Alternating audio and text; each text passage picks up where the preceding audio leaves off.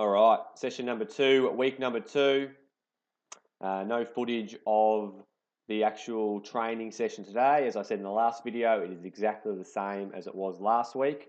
So this session today involved 5 minutes at 10 k's an hour, which is threshold zone, top end threshold. Then we had 2 minutes rest into 5 30-second sprints at 13.5 k's an hour with 30 seconds rest in between, 2 minutes rest at the end of the set. Back into 5 minutes at 9.5, 2 minutes rest, finishing off with 3 sprints, 30 seconds at 13 k's with 30 seconds rest. So I'm just going to compare the data again from today and last week. Times don't quite match up because we did a bit of a cool down last week, whereas we didn't today. So don't worry about that. So we look at the first bit here, a few minutes on. This was last week. Average 157, max out at 166. Today, I'll skip a bit there because I missed it last week. 153 and 165. So it's about 4 beats lower, which is good.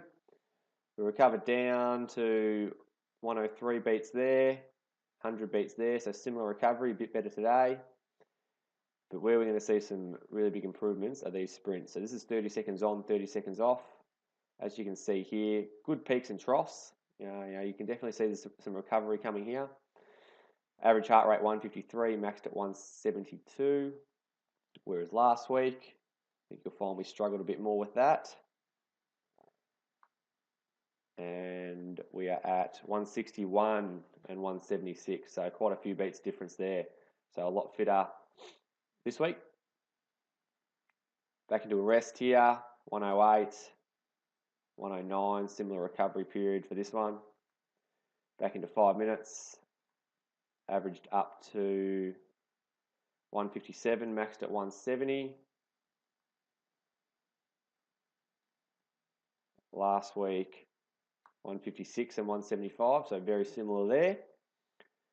And then for this last sprint, today, average heart rate of 150 with a 168 top. Last week we were at 155 and a 176 top. Cool. So as you see, significant improvements, particularly in the sprints, that 30 seconds on, 30 seconds off. We're clearly recovering quicker, as you can see noticeably with the peaks and troughs here, compared to a more smoother line there. So we're recovering quicker between intervals, which brings that average heart rate down.